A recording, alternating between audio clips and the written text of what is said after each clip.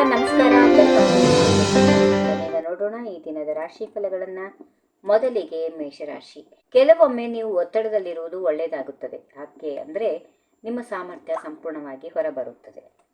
ವೃಷಭ ರಾಶಿ. ನಿಮ್ಮದೇ ಸಾಧನೆಗಳನ್ನು ಯೋಚಿಸುವುದು ಮತ್ತು ಮಿತ್ರರ ಯಶಸ್ಸಿಗೆ ಕೊಡುಗೆ ನೀಡುವುದು ಇಂದಿನ ಕಾರ್ಯಸೂಚಿ. ವ್ಯಾಪಾರ ಅಥವಾ ಕೆಲಸದಲ್ಲಿ ನಿಮ್ಮ ಆಲೋಚನೆಗಳು ಚಲನಶೀಲವಾಗಿರುತ್ತವೆ. ಯಾವುದೇ ಯೋಚನೆಗಳು ನಿಮ್ಮ ಭವಿಷ್ಯಕ್ಕೆ ಸದೃಢ ತಳಹದಿಯನ್ನು ನಿರ್ಮಿಸುತ್ತವೆ. ಮಿಥುನ ರಾಶಿ. ಇಂದು ಎಲ್ಲ ಬಗೆಯ ಪಾಲುದಾರಿಕೆಗಳಲ್ಲಿ ಪ್ರವೇಶಿಸಲು ಅತ್ಯುತ್ತಮ ದಿನ. ನೀವು ಆತ್ಮೀಯ ಮಿತ್ರರೊಂದಿಗೆ ಬಂಧ ಬೆಳೆಸಿಕೊಳ್ಳಲು, ಜಂಟಿ ಖಾತೆ ತೆರೆಯಲು, ವ್ಯವಹಾರಗಳನ್ನು ನಡೆಸಲು ಮತ್ತು ಉಜ್ವಲ ಭವಿಷ್ಯಕ್ಕಾಗಿ ಯೋಜನೆ ರೂಪಿಸಬಹುದಾದ ದಿನ. ಕರ್ಕಾಟಕ ರಾಶಿ. ಜನರು ನಿಮ್ಮನ್ನು ಸುತ್ತುವರಿಯುತ್ತಾರೆ. ನಿಮ್ಮ ಮನೋರಂಜನೆಯಿಂದ ಅವರನ್ನು ತೊಡಗಿಸಿಕೊಳ್ಳುತ್ತೀರಿ.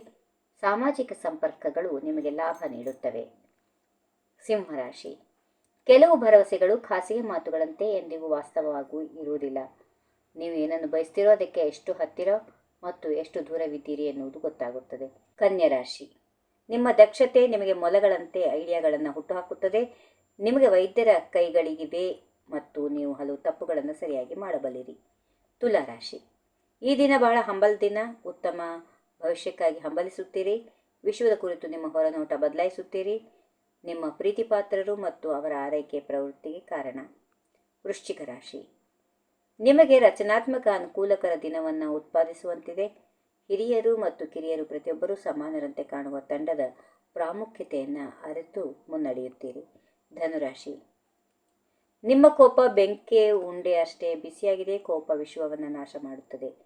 ನಿಮ್ಮ ಆಕ್ರಮಣಕಾರಿ ವರ್ತನೆಯಿಂದ ನಿಮ್ಮದೇ ಕಾಲಿಗೆ ಏಟು ಮಾಡಿಕೊಳ್ಳುತ್ತೀರಿ.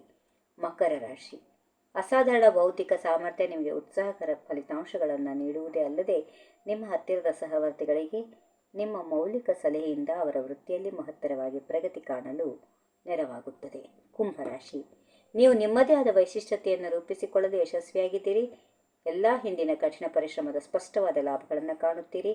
ವ್ಯಾಪಾರದ ವಿರೋಧಿಗಳು ನೋವು ನೀಡುತ್ತಾರೆ. ಕೊನೆಯದಾಗಿ ಮೀನರಾಶಿ. ಹೊಸ ಯೋಚನೆಗಳನ್ನು ಪ್ರಾರಂಭ ಮಾಡಲು ಇದು ಪವಿತ್ರದ ಸಮಯ.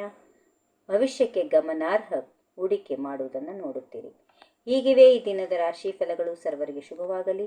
ಶುಭ ದಿನ. ನಮಸ್ಕಾರ.